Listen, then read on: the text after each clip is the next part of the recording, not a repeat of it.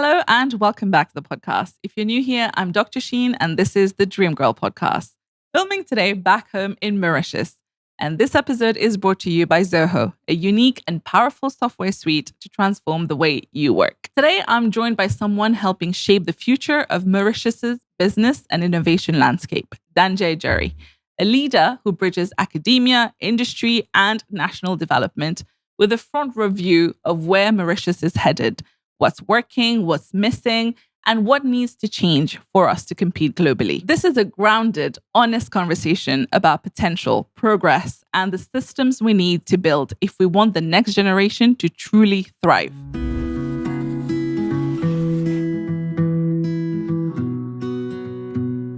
Hello and welcome on the show, Dhanjay. Oh, it's a pleasure to meet you again, Sheen. I know. Do you remember the first time we met? I was still at the university. I think it was at the Center for Biomedical and Biomaterials Research. Correct. I remember you were just coming back and trying to figure out whether you would go for a PhD or not. And then I remember explaining to you what we were doing. And then you said, okay, maybe I have an opportunity for a PhD in the UK. Mm-hmm. And here you are. I thought I would meet you next time in a lab, but now I'm meeting you in the studio. Yeah, life took very different turns along the way. But you're doing so great. Thank you. And honestly, I'm so happy to talk to you because also this is the first time I'm recording a podcast in Mauritius. Oh, wow. So you're the first ever Mauritian guest. So very excited to have you on. Thank you. Thank you. As I was explaining beforehand, we just want to deep dive a little bit more into the landscape of Mauritius when it comes to innovation, business, and also talent, preparing the talent of tomorrow and also retaining the Mauritian talent. But before we get into that, I've already done an intro for you, but I would love for you to introduce yourself very briefly to our audience. Okay, so Dhanjay, I've been in the field of tertiary education all my life. Just before coming back to Mauritius, I worked in a company, R&D company in France, Flamel Technologies, and I was involved into biomedical research and trying to devise implants, that would heal people having problems with the knee or some other problems. And got back to Mauritius in 1995, joined the university as a lecturer, and has been very much involved into developing the polymer field, and also got involved into research, and grew research, grew polymer group, came up with a Center for Biomedical and Biomaterials Research, which and where we met last time, and moved to the VC position in 2017 to 2022. So altogether, 27 years at the University of Mauritius, and then retired from the university in 2022 to join Unicity International Education Hub, where I'm directing, which is the education cluster of the Medine Group.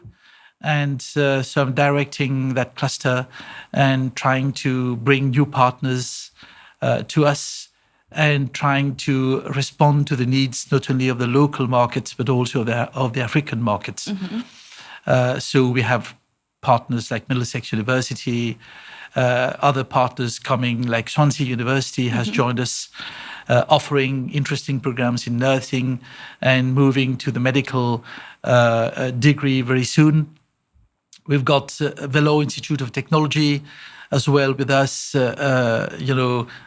getting involved into programs like computer engineering, AI, machine learning. So all the emerging trends. Mm-hmm. So as you can see, all the time I've been in that area of higher education and research. And obviously, higher education research, we can't de-link innovation to it. Of course. But you've spent so long in education and you're still building it. What excites you about this aspect of life? What still excites you, I think, today when you think about education, especially in the Mauritius sector? Why are you spending so many years of your life in it? Look, I started as a researcher, as I told you, in France. Then I came to Mauritius. I thought that whatever I had learned in France could help me, and indeed it did. Because had I not spent 3.5 years in France in an R&D company, I probably would not have developed biomedical research in Mauritius. So I think you're always learning in that field. You never stop learning. I then became a national research chair. And it's again exciting because it's a new assignment that you're given, and so that you help the country build more research.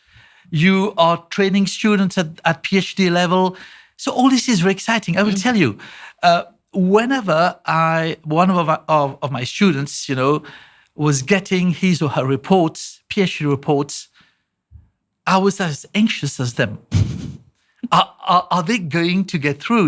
Because you never know what external examiners would be writing. So it's a lot of excitement. It's not something that you are doing that stays the same all the time. It's always new. And then some people told me, Dhanjay, you should go to the VC position because we need you at the helm of the university to bring changes, to bring innovation, to get the university on another path. And indeed, it was another 5-year exciting period because when I got to the university, I thought that the vision I brought forward was like a 180-degree turn with what was being done at that time. Which was a teaching university. So I came up and said, I want to bring that university to a research-engaged level and an entrepreneurial university. So people were saying, what the hell is he talking about? Entrepreneurial university? What's about entrepreneurial university? What's about getting involved fully into research and innovation? But that is extremely important. So another 5 years of excitement, bringing changes. Well, of course, you face a lot of problems. Nothing. You're not sitting in a very comfortable position there. So you're facing a lot of obstacles on your way. But I think that's leadership, isn't it? If you want to be, just comfortable, get your salary at the end of the month, then you better not do anything. Right? And I think that it's a matter of responsibility. So you need to shoulder your responsibility wherever you are, whether you are in purely academic domain or you're moving to a more strategic sort of leadership role. So I've always done things with a lot of excitement, a lot of passion, and so I still feel that I got a lot to offer, and I'm doing it at Unicity within the Medine Group. I never thought I would go back to the private sector after spending 27 years at the University of Mauritius. Medine contacted me, and I thought that when I look at the circumstances, I thought that there must have been some God's intervention in there. It can't happen on its own. So another sort of excitement, but that's more philosophical. Of course. No, I agree. I think there's always divine intervention in anything that we do. There's a little bit of that. But I guess my question for you, because you've mentioned innovation repeatedly, if we were today, for somebody who's not from Mauritius, how would you describe the innovation landscape here? What is it looking like these days? Well, if you go to the way Mauritius has experienced innovation, you will find that we were not very different from the 1960s to the 1980s. We're not very different from Singapore, right? I take Singapore because it's always a reference for all of us. We were, if you look at the GDP progress of Mauritius and you compare that with Singapore, you would find that we are, asymptotic, right, with Singapore. So not big change. But Singapore made a huge leap in the 1980s, going for more development, for more entrepreneurial. In the 90s, they grew much further with Biopolis. So what have they done? They were just like us on an incremental path of innovation. We were also on the same path. But in the 1980s, Singapore went on a sort of a rupture, right? So they went on more, not an incremental, but chose the path of, disruption. So they introduced new companies, new areas of innovation. Biopolis. Who would have thought of Biopolis? Everybody at that time was saying, what is Singapore doing? They're investing in areas where we do not have people, where we don't have expertise. But they had thought of how they bring expertise. Mm-hmm. When you look at talent, Singapore has, I think, around 18% of talent. I'm talking of skilled workforce. So that was, something that didn't happen overnight. They thought of it. There was a vision behind, and they knew how to do it. So I think Mauritius has lagged behind, right? We haven't really gone for that disruption, and we have continued progressing incrementally. Not that we have not innovated. We have innovated. Right. We've done a lot of innovation in this country. If you take the sugar companies, for example, God knows how much of innovation you can find in there. In many other sectors as well. But we haven't gone for radical innovation. That is bringing new areas, bringing new changes. I think that has been missing. Mm-hmm. And so much so that we find ourselves at present at around, I would say, 20% of skilled workforce in our country. So when you compare that with the developed world, they are at 40%. So the question is, how do we get from 20 to 40%? Now, the good news is I can see this government has come up with a new ministry for research, tertiary education, science and research. Mm-hmm. They should have included innovation also in it, because you can't dissociate higher education and innovation. But I think if there is a good strategy, I hope they are thinking about, how to drive innovation in Mauritius. If there is a good strategy, I think we can do a lot of things. But we can't do that on our own. We should do that working very closely with industry. So industry leads innovation, isn't it? Academia brings to industry the talent that they need. Mm-hmm. So, and the government put the policies in place to, for innovation to thrive. So we can't just do it on our own. We need the right policies in place. We need academia that can produce and that can react quickly. This is what we try to do at the Medin Group. We try to respond very fast. And then you have got, the leaders of innovation. I don't think we can count on the government to go and do innovation and bring companies or develop companies. Universities have a lot of issues doing that, because we're still in that conservative mindset of innovation is for others, not for us. So I think we need to embrace it fully, work in close collaboration. Mm-hmm.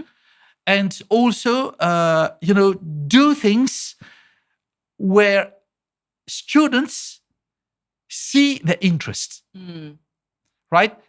So the idea is also to have companies coming and invest.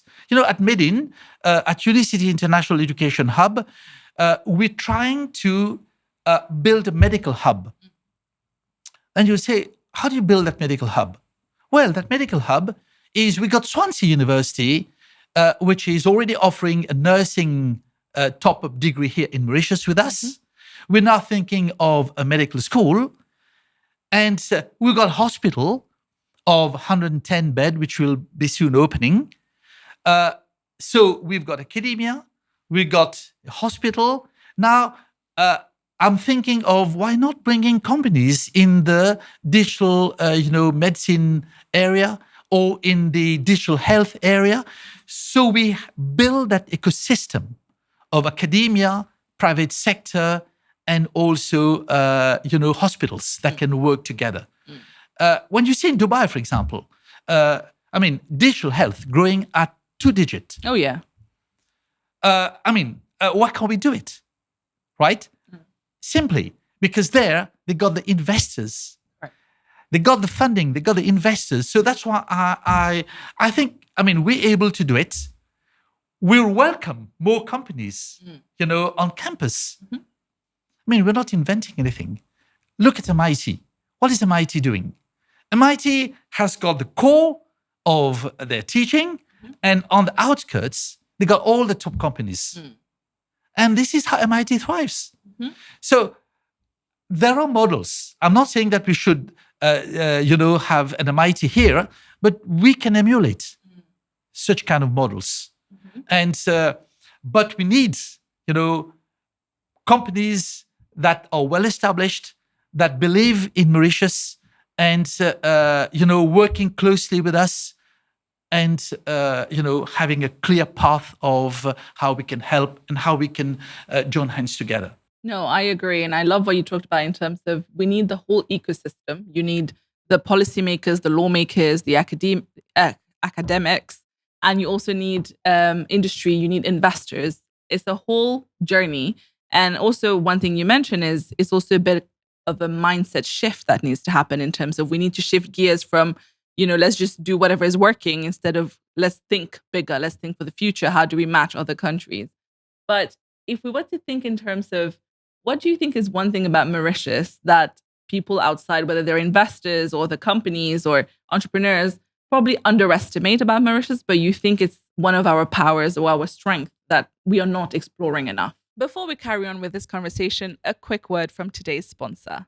This episode is brought to you by Zoho, which is an almost 3-decade-old software company with footprints in 150 countries and 130 million users using their products. And we have big news. Zoho has just landed in Mauritius. Ahead of its regional expansion, Zoho officially opened its first office here, reinforcing Mauritius as a tech and business hub while bringing world-class SaaS tools and local support to companies across the island. Whether you run a startup, lead a small business, or build ambitious ventures, Zoho's all-in-one solutions are now available locally, empowering you to streamline operations, scale smarter, and connect with global markets. So if you're looking to grow and digitize, check out Zoho Mauritius. I'll put the link in the description box below. Thank you, Zoho. I think Mauritians learn fast. I would say that from that angle, we have a population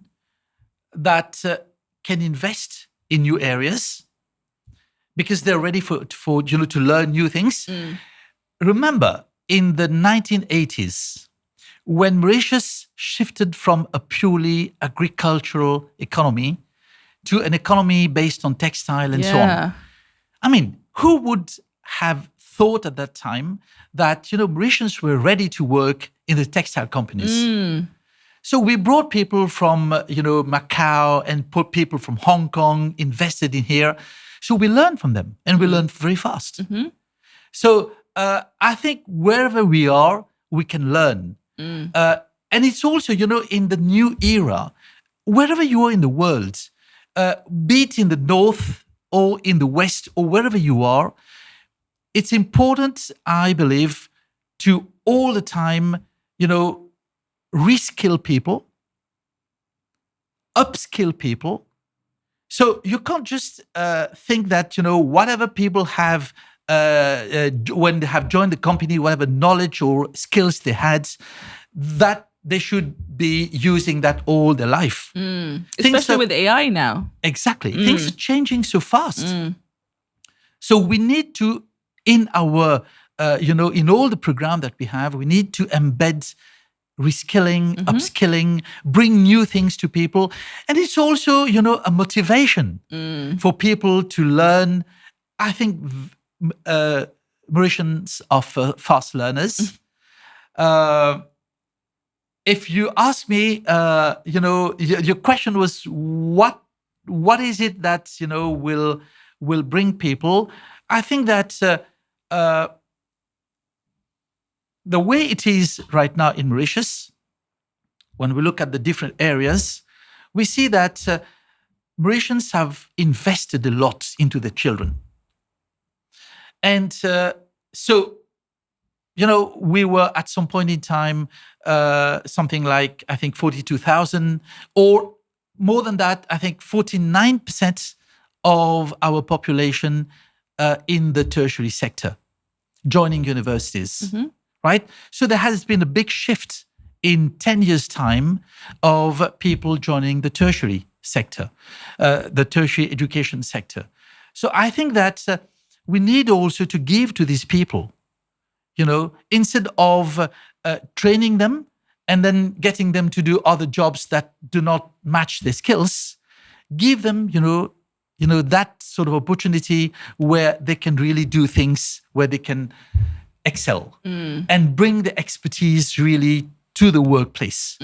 You see people, they're graduating and then they're working at the post office. I'm not saying that it's bad to work at the post office. What I'm saying is they are not trained to work at the post office. Right? So they could do other things. We need to uplift those people, give them a chance. And I'm sure they will excel. Yeah. And Mauritians do tend to be very adaptable. I think that's what you were getting to, right? We do tend to see Mauritians adapt crazy to things that change. And as you mentioned, that example of from sugar industry to textile industry, then we shifted to tourism. During COVID, tourism took a hit. And you still see people readapting and changing. And that's one thing I would like to think I've learned from this country in terms of adaptability. And that's what we are still doing.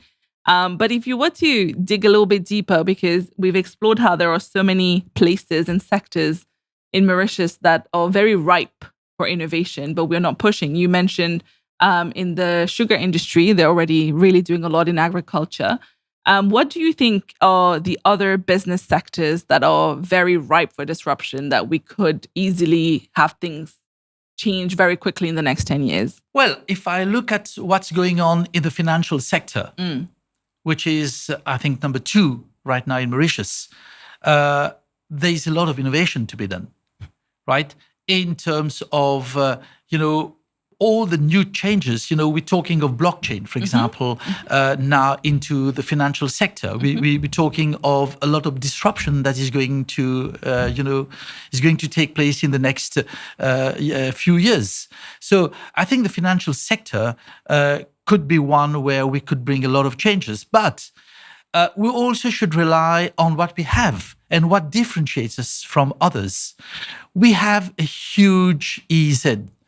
We're always talking of an EZ which is 1,000 times larger than the surface area of Mauritius, which is around 2,200 square kilometers.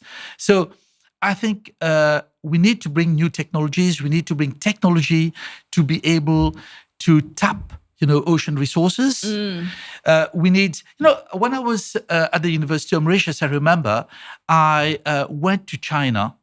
I went to Qingdao. And at Qingdao, you've got the Ocean University, the Ocean University of China. And I visited that university, and it was a conference. And I happened to be sitting in front of the president of Qingdao University at the banquet. And so he had, his translator, and they were translating from Mandarin to English, and we were conversing. And then during the conversation, he mentioned to me, would you be interested, for example, in doing, all these shipping, all these modeling for the ocean? And so So I was looking at him and say, yeah, but I need to talk to the people in Mauritius because at the university we will depend on the Prime Minister's office to be able to do these things. Then when I came back to Mauritius and contacted, they say, this is something that we need to reflect on. We can't just allow you to sign, a partnership with Qingdao University. And the president, believe it or not, was willing to inject some 20 million Mauritian rupees immediately into that partnership. And he told me, if you are willing to move that forward, we would inject money. But then, there are more sort of political considerations to look into. But over and above, I think we have a lot to do with the oceans as well. I still remember we were working with a group in South Korea, and the guys there, they were extracting from brown algae, they were extracting a chemical, a polymer. And with that polymer, they were using it, to get the blood more fluid. And they were using it also in making beverages. And one beverage that they were selling was something like $4. Okay. Right? Which is in Mauritian terms more than 150 rupees. Yeah, it's a lot. Right? Yeah. So it was just a 33 centiliter can. So can you imagine how much you can get, how much added value you can bring if you are, relying on good science, good research that you can transform into real innovative products. Right. Right? I think we've been too much betting on low value products. For a small country like Mauritius, I think the strategy would be much better if we could go for low quantity products, but very high value. Right. In other words, specialty products. But how to do that? You need to invest. You need to invest in good research. You need to invest in good science. So I think the ocean is an area where we could tap, which is on the government plan. I think 2030. I mentioned about the interest that there can be in the financial sector, but I think we should also think of the tourism sector in another way. I mean, we can't just do, the tourism sector as we used to do in the past. But I know companies, I know hotels are investing a lot in Mauritius. People don't know about that, but they do invest a lot into sustainable development. I know hotels, for example, or the Beachcomber Group that is now, recycling, water, or they are they're having desalination of water. Yeah. So people don't know these things, but it's happening. So, we need to bring, I think, more technology into what we're doing, be it in the public sector or in the private sector. So there's a gamut of changes that need to be brought. But the equation is, if the government thinks that they should do everything, it will never work. Right. Or if the private sector thinks that they can do everything without the government, of course it won't work. And if academia continues to work in silo and think that they're doing incredible research but serves nobody, I think nothing will work. It has got to work in a triple helix mode. If it doesn't work in that triple helix mode, that is, if you want to develop a product, it should be led by industry. Absolutely. And industry gets back to the university and works hand in hand with the university. I just, something just came to my mind. I still remember one big company in Mauritius, a motor company, contacted us, when I was still at the university, and they said, we are bringing a lot of electric vehicles to the country. And, those electric vehicles, once the battery reaches 3, 4, 5 years, they reach about 85% efficiency or 80% efficiency, and they got to be changed.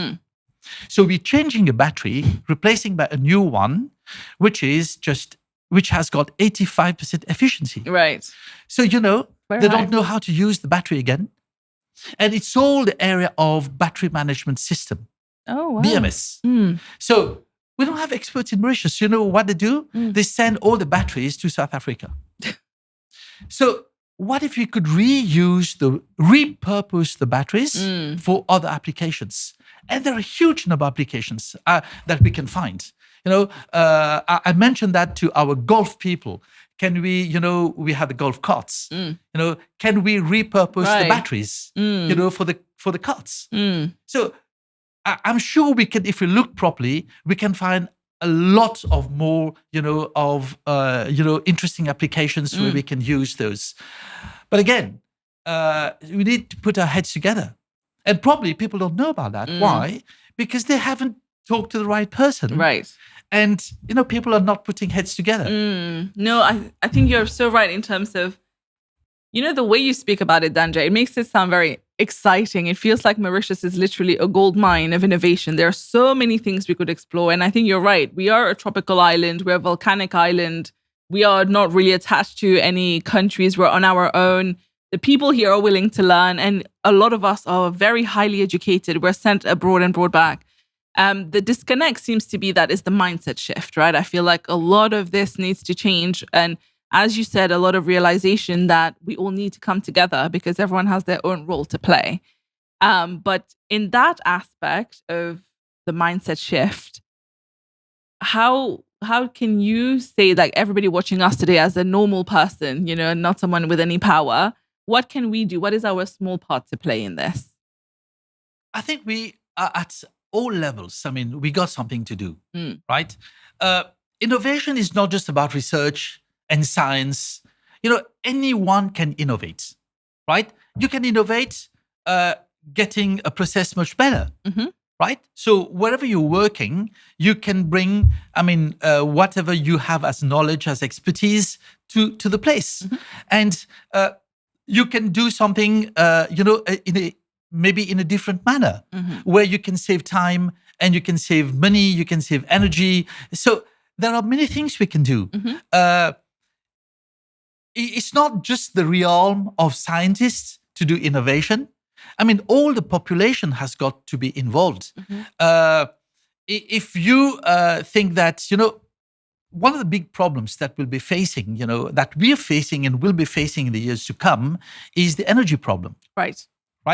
So I don't think that, the energy problem is only the problem of the government, right? We all need to do whatever we can to help, into that.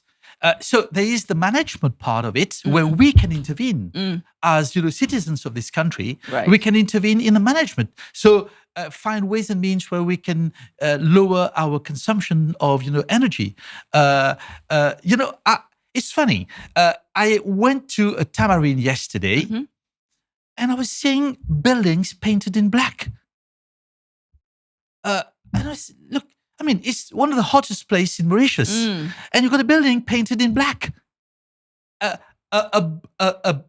Painted in black is like a black body. Nice, hot. So you absorb all the radiation. And it keeps it. So and I'm sure they must have put a lot of air conditioning, air conditioning inside. So they must be at maybe minimum of 3-4 degrees above, a building that is painted in white. So you go down the road to Flick and Flack, and you see a lot of roofs painted in blue or red, all these kind of things. So we need to educate people, right? These are. This could be government decisions. Right. You can't, no longer paint your roof, but, will it be unpopular? I don't think so. Because it's helpful for the country, right? So, and when we get foreigners coming to Mauritius, they will say that to you. Oh, you should tell these people, why are they painting the roofs in blue, right? So all these things need. So we can do a lot of things, to educate people. We can also.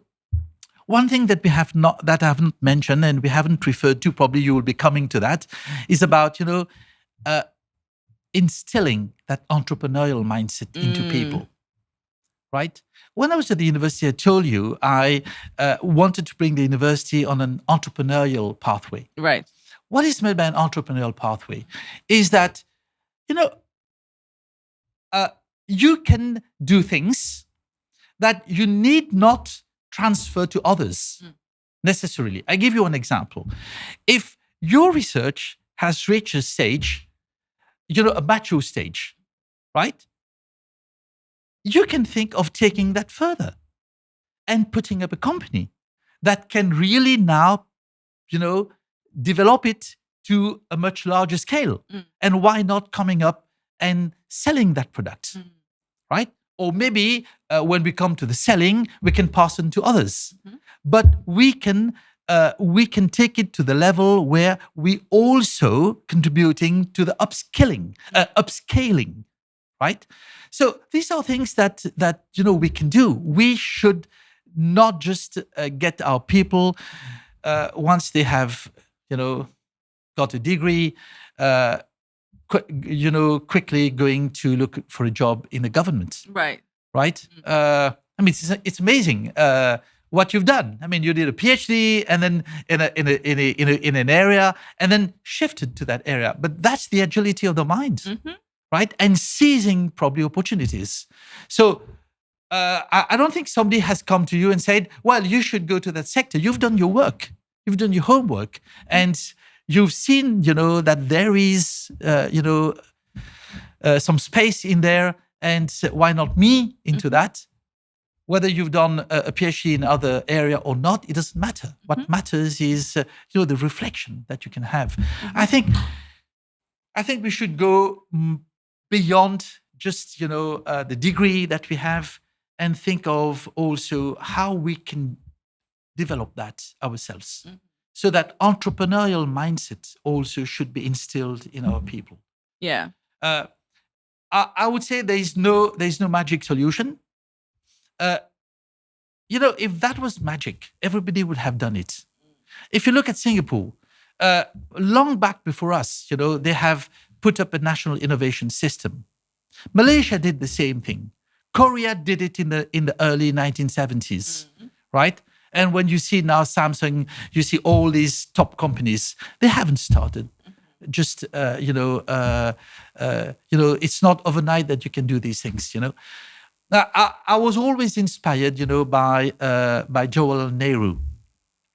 In 1947, when Nehru became the first Prime Minister of India, 1947, he came up with the Science and Technology Bill, Part 1 and Part 2. You know what people were saying at the time? That guy has gone mad and crazy. People are dying of hunger. He's talking of science and technology. But now, what do we see? We see Bangalore, we see Hyderabad, we see people praising Indians for their technologies. We see so much of development in India going to space. It didn't happen overnight. It's investments. It took years to get to that point. But now they're reaping the fruits. So if we think that we can do innovation overnight, it doesn't happen. It's a process. Innovation is a process. It's not just, a magic stick and then you say innovation happens. So I think we have to invest. We have to build an ecosystem. You mentioned it, previously, and invest into building that. Once we have done that, then we can, we can reflect on what to do better, how to grow it. But we need the basic elements to be in place to move to that level where we can start delivering.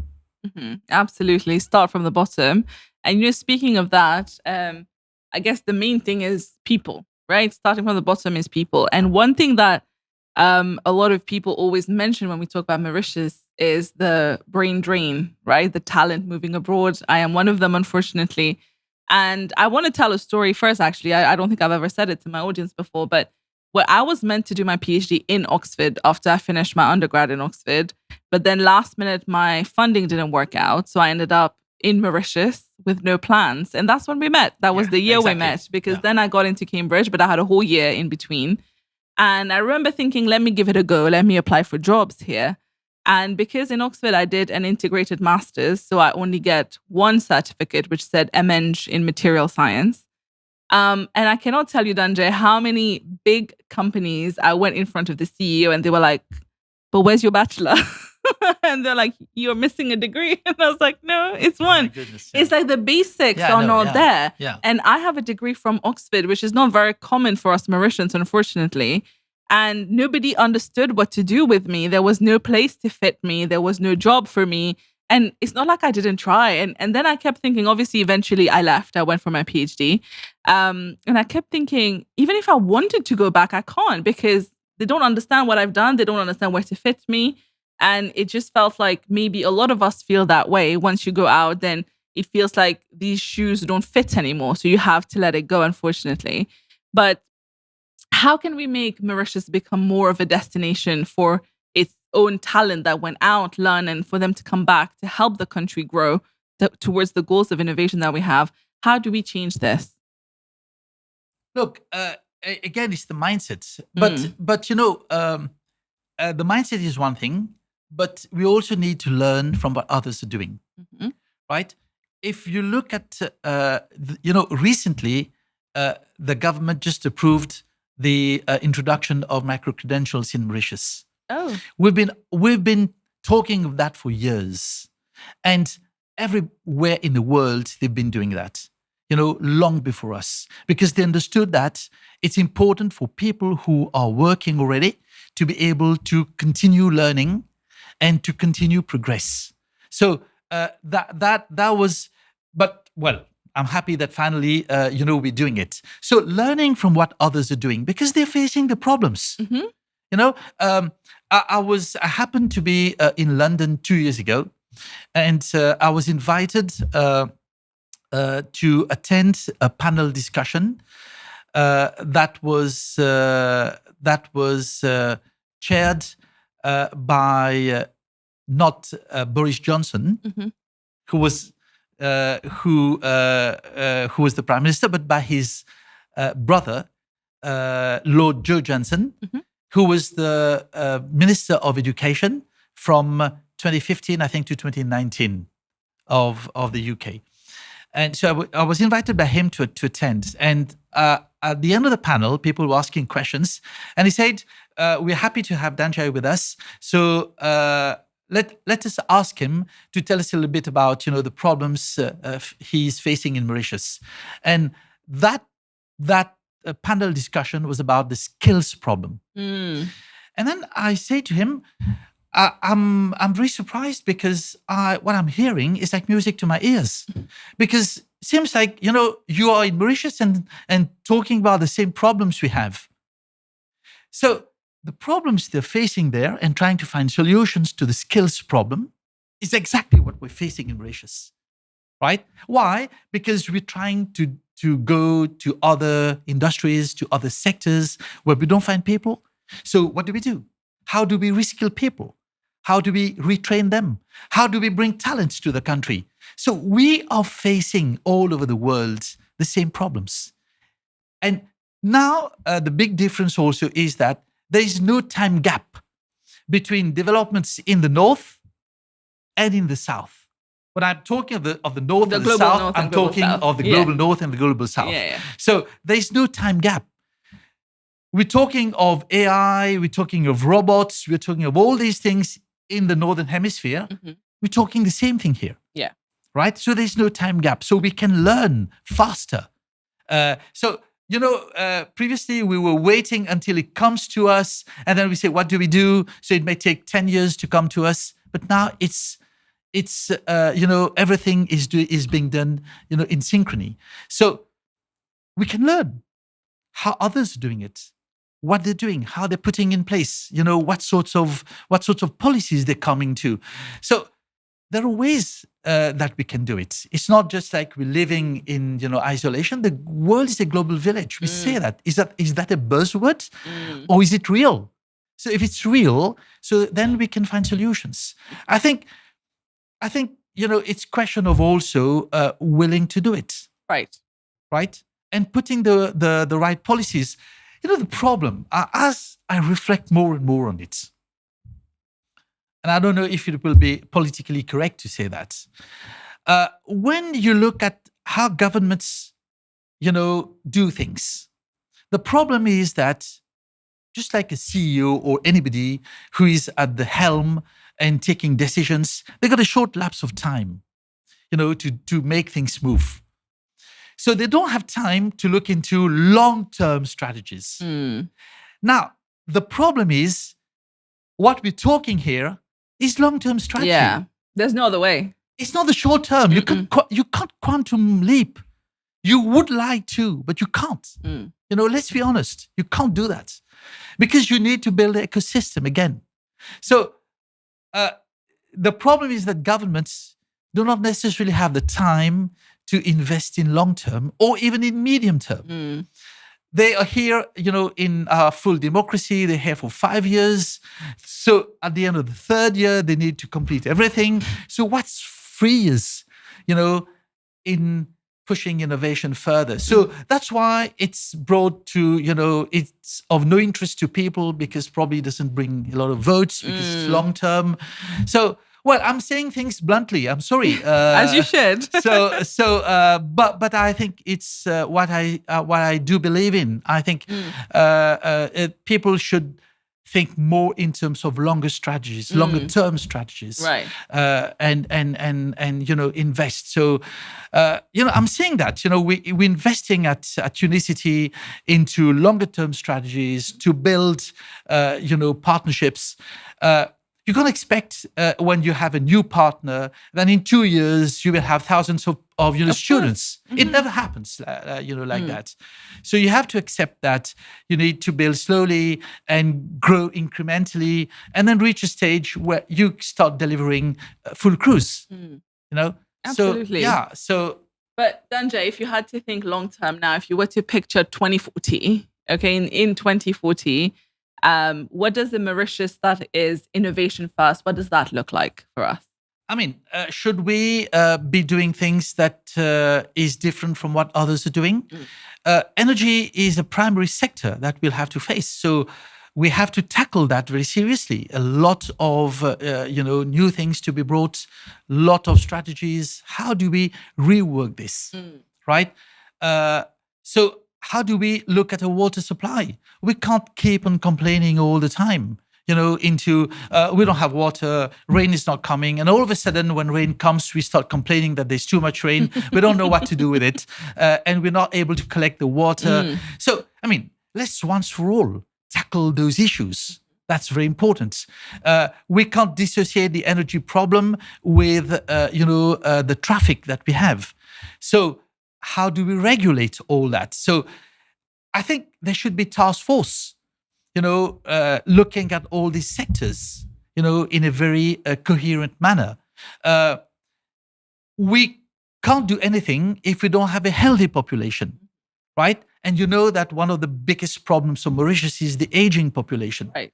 So how do we tackle that?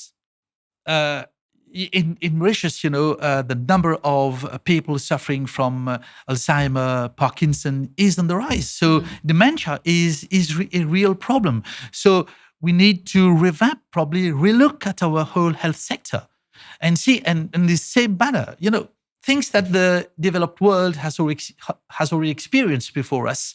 Cancer is on the rise. So nothing new. Can we keep on with 25% of population diabetic and another 15 or 17% pre-diabetic? So 40% in all, diabetic or pre-diabetic. So, it's of concern. So I think that's the role of the government, to put in place the right, policies, strategies to, look at the problem. We've got a decreasing population. Population was at some point in time 1.325 million. Now we are 1.275. So there's a decreasing population. So we need to look at how we address the problem of the working population on the decrease, how we get talent to Mauritius, how we grow the skilled, workforce from 20% to 40%, where we can really start innovating. I think all these issues will have to be tackled. So I can see a lot of things being done in the technology sector in Mauritius. For example, I can see an AI blueprint from the government, a digital transformation blueprint was presented earlier this year. So the things start happening. But my concern is about whether we have got, the right people to drive all this. And so we need to reflect on how we do that. And we can't do that in silos. Right. So we need to put our heads together and build that, put aside the problem of, these people work in the private sector, so we need not work with them. So bring that sort of cohesion where people can sit around a table and all together, put their heads and come up with solutions. I'm not pessimistic because Mauritius, I would have been pessimistic if in the 1970s, that Nobel laureate Mead came up with a doomed Mauritius scenario. I don't want to be that one. I've always been, very optimistic in whatever I do, but I also try to have some pragmatism. So you can't just be optimistic without, a sort of pragmatism in what you do. So we have to combine those two together and see what is possible, what is real. Get everybody on board. That is, I think, very important. To get all the minds that can contribute to the country on board and not create, sorts of, foolish, stupid, division between one group and another. People can... when you read newspapers in our country, you see everything just focused on politics. Yeah. You look for something on, how to grow, the skilled workforce from 20% to 40%. You wouldn't find those things. I think that's also important. Yeah. Yeah. But I think, unfortunately, we're getting to the end of our time together. But the one thing I think that has come up a lot in our conversation today is collaboration, as you said. We can't do it alone. And secondly is kind of like supporting the younger generation that is coming up to make sure that we are ready for what the future holds. But if you had a message for any young Mauritian that is watching you today who is ambitious, who wants to help the country, what do you think are three traits that they can learn from now on that will help them in the future and to help the country as well? I would talk about the same traits that guided me. I wouldn't invent anything new. As a scientist, I've always been curious. I've always been, very refractive for things that are very rigid, and I've always thought that it's important, to be able to do things. And do things in such a manner that whatever you're thinking of, whatever you want to bring forward, even if others are not willing to take it up, just fight for it. Fight for it and don't stay in the status quo mode. Fight for that. That's number one. So I think curiosity is very important. Yeah. I would say curiosity is very important.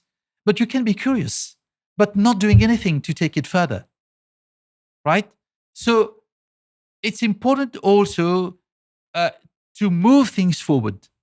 Have the guts to take things forward against the odds, because you will face so many obstacles on your way.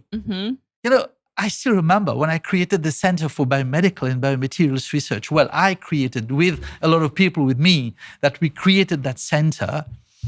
People were saying, people were just expecting, when are they going to die? When is this center going to close? The center, more than 10 years later, is thriving. Others have taken it to greater heights than what I could do, in my own days.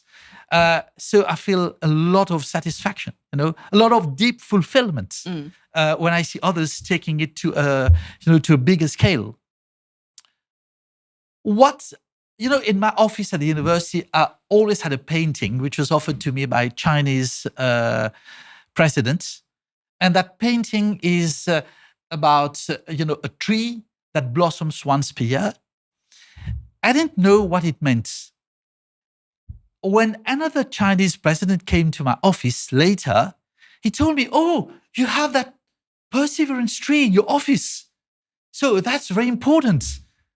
And I said, "Oh my God, I didn't know that was perseverance," but I always believed in that. I always believed that, perseverance is extremely important. Because you can move into action, but you will face so many difficulties. And if you not have that spirit of overcoming, obstacles, you can't do that.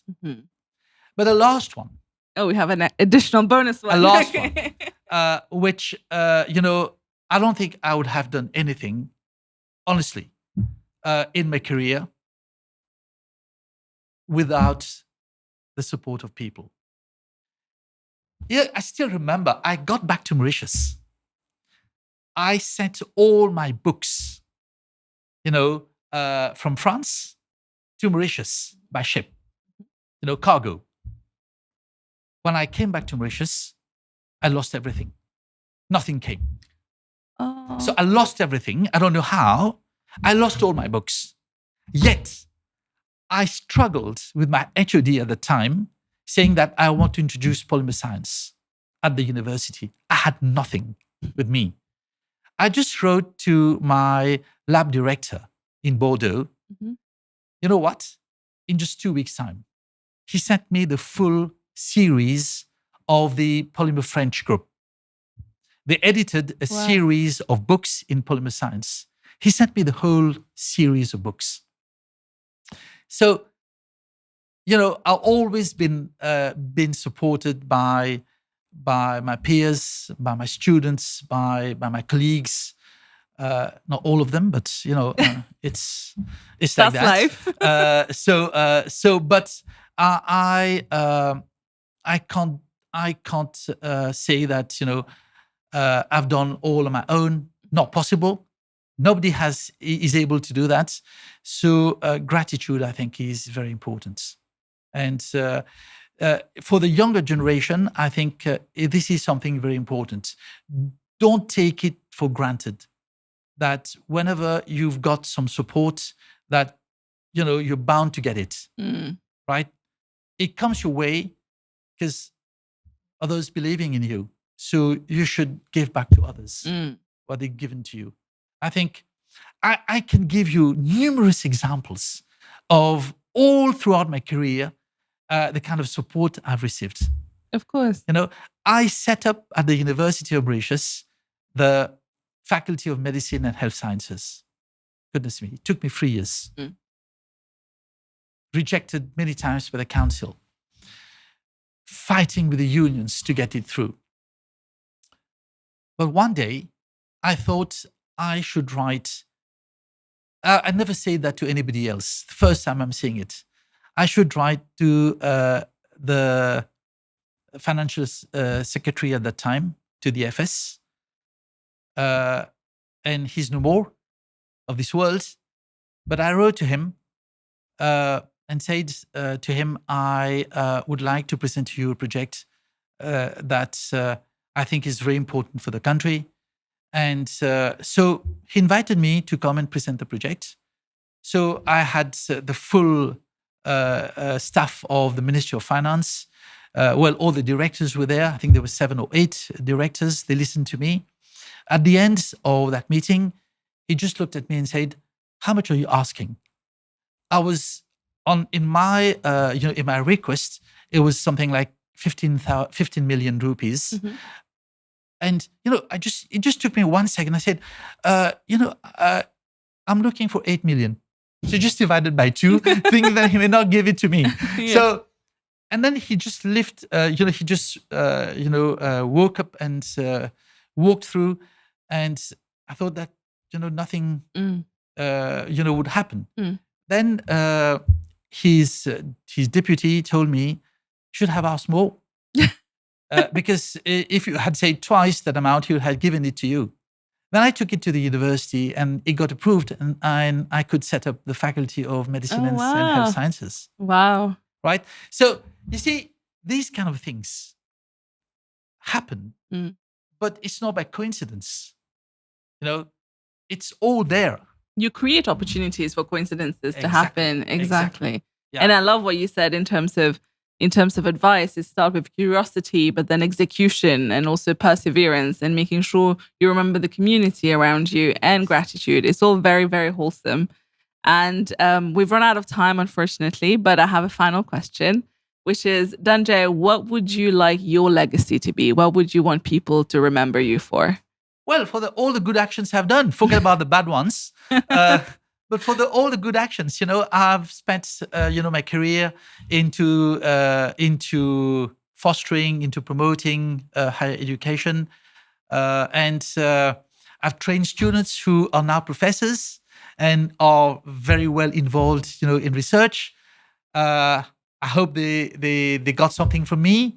And this is what we can do. So, I mean, whatever we do, we're not doing it for us.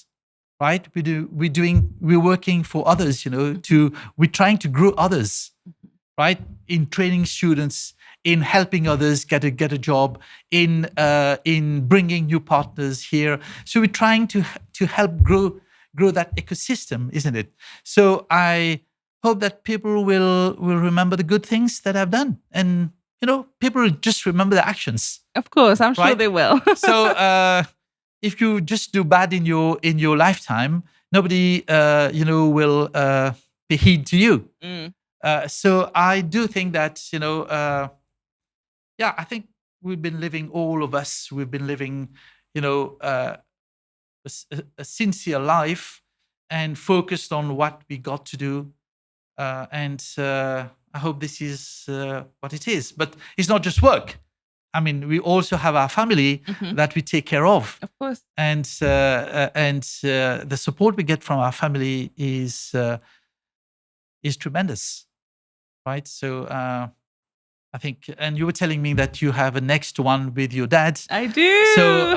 So I wish you all the best. Thank you. And in what you're doing, and so thankful to you for giving me this opportunity to share some thoughts with you. Absolutely. Thank you so much for being here with us. And I think we learned so much about Mauritius. And I really hope that the next time me and you sit together, we will be able to talk about how much has been done since our last conversation. And I can't wait to see the new Mauritius. And thank you for all you do for the country, Dhanjay. Thank you, Shin. Thank you a lot.